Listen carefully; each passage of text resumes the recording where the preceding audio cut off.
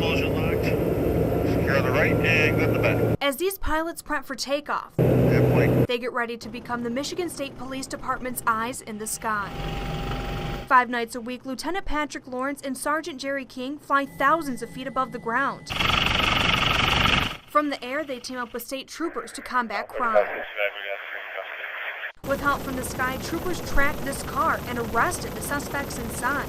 Where one officer can cover a half a block visually, we can cover 10 or 12 square blocks, and so we can direct the ground assets to that bad guy. Still here.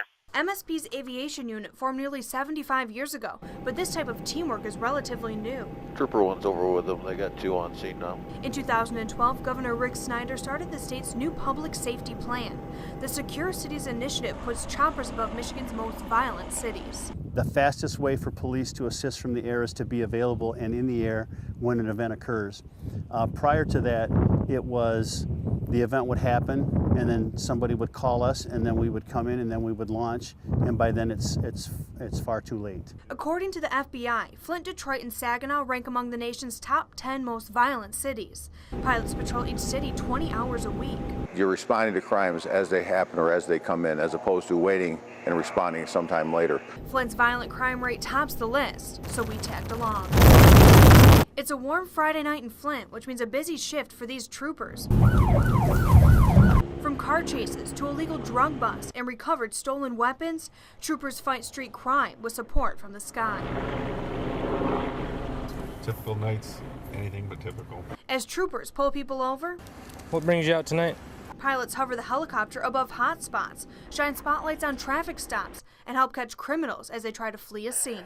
Radio 3513. I have 2 down at gunpoint. When they realize that there's a helicopter above them, those options are really limited. They're not going to get away. Since the Secure Cities Initiative kicked off, Flint's seen a more than 30% decrease in violent crime. Over the past 2 years, Detroit and Saginaw statistics have dropped too. Station 38, 35, 36. It's a feat these flyers feel good about, but they strive to lower the crime rate even more. It's a very satisfying job anyways, but then when you're working in a city that's so hard hit, that when you see stats like that come out, you feel good about what you're doing to help the citizens and the officers on the ground. The chopper not only helps stop crime, it brings comfort to officers on the ground. If we need them for anything, they're always there, and it's a great tool to have. Troopers say the helicopter's presence alone has an immediate impact on a situation. A couple days ago, we stopped a car and the helicopter came overhead, and we actually we arrested the guy that was driving, and as he was sitting in our back seat, he saw the helicopter, and then he commented on how good of a job that we're doing here in the city and how crime is actually going down. And this is coming from a guy that we just arrested, so you know it's working. While the Secure Cities Initiative works to reduce crime, it's no easy feat. This job keeps these pilots on call 24/7 as they work to keep Michigan safe. They know that we're there to help. No matter the mission, these pilots serve as the Michigan State Police Department's eyes in the sky.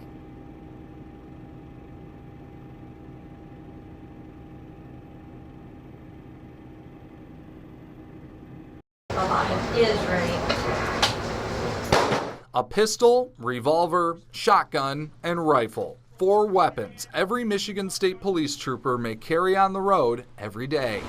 In their holsters and in their cruisers, each lethal tool is ready for use at a moment's notice. The recruits are taught how to use them with chilling precision.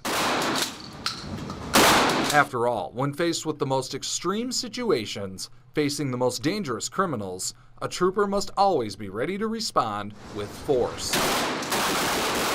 The trainers at the Michigan State Police Trooper School make sure the recruits are ready through 90 hours of firearm training inside this shooting range on the MSP campus. By the time these recruits graduate, they will have fired 1,800 rounds with the Sig Sauer 40 caliber pistol, 300 rounds with the Smith & Wesson 38 revolver or 357 Magnum, and 350 rounds with the 12-gauge shotgun and Colt M4 assault rifle.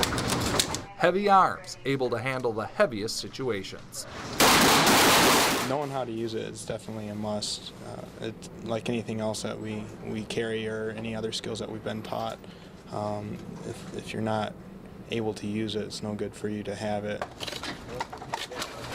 Using the weapons is always a last resort in the line of duty, but knowing how to use them, if necessary, is absolutely critical.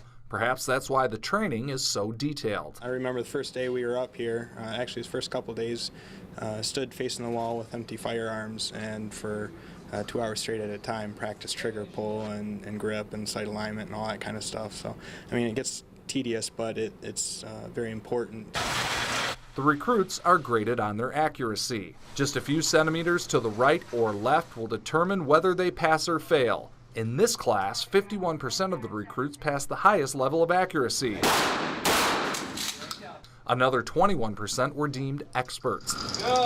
After graduation, the troopers are graded 3 times each year to make sure they're always sharp. They can earn honors and climb the ranks to be recognized as distinguished marksmen. Troopers can never anticipate when they'll need to use their weapons, but rest assured, if they ever need to pull the trigger, they will always be right on target.